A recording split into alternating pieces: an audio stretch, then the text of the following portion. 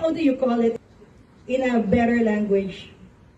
Kung merong napapagsabihan dyan, yun nga, sabi ko sa inyo, magalit at matuwa. Yan ang ginagawa ng mga third level posts. Magalit at matuwa. Dahil pag walang nagalit at matuwa, dadating kayo, hindi, before you realize, 20 years na kayo in service, ganun pa rin kayo. Complacent. Walang improvement. So, yan, trabaho nila maging bastonero din. And going back, kaya ganyan yan minsan si PD, because, ako na po ang magsasabi sa inyo, ang telepono niyan, kahit katutulog lang niya ng 2, 3 o'clock, pag nag-ring yan, hindi pwedeng hindi siya gigisingin. Hindi pwede. Hindi pwede yun.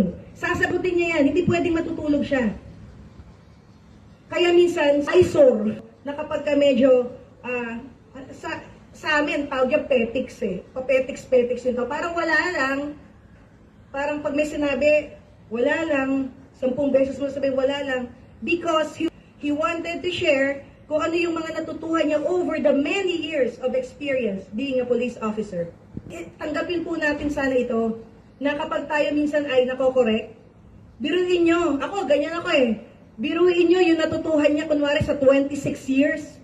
Pinag-aralan nyo yun ng 26 years, naulanan, naarawan, nasabunan din siguro ng superiors niya at the time. Ituturo niya sa inyo in 1 second. Kapag tayo ay kinokorek ng ating PD, o kung kaya pinapaalalahanan, tanggapin natin to positively, na tayo ay sinesharean ng wisdom that he learned